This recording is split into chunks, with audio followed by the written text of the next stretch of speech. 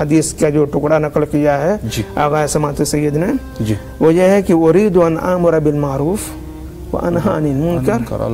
واسیر بسیرت جدی و ابی۔ امام حسین علیہ السلام کی مجلس یا امام حسین علیہ السلام کا ذکر یا اہل بیت علیہ السلام کا یہ تذکرہ صرف اسی لیے ہے کہ ہم ان کے فضائل، ان کے مقامات کو دنیا کے سامنے پیش کر سکیں۔ اور کے وجود سے ظاہری طور پہ چھلک رہا تھا، بے شک، جب سید الشہداء نے کہا کہ ہر نماز کا وقت ہو گیا ہے، اپنی جماعت الگ کراؤ گے یا ہمارے پیچھے پڑو گے۔ ان کے ساتھ کیسا برتاؤ کیا، اگر یہ ہم دنیا تک پہنچائیں تو ایک بہترین ذریعہ ہو سکتا ہے لوگوں کی ہدایت کے لیے اور اپنوں کی استقامت کے لیے۔ اب اس میں ساری چیزیں آ جاتی ہیں کہ ہم ویسی زندگی گزاریں کہ جس طرح سے محمد علیہ السلام اللہ کی عبادت کیا کرتے تھے، ہم ویسی زندگی گزاریں جس طرح سے محمد علیہ السلام ظلم کے خلاف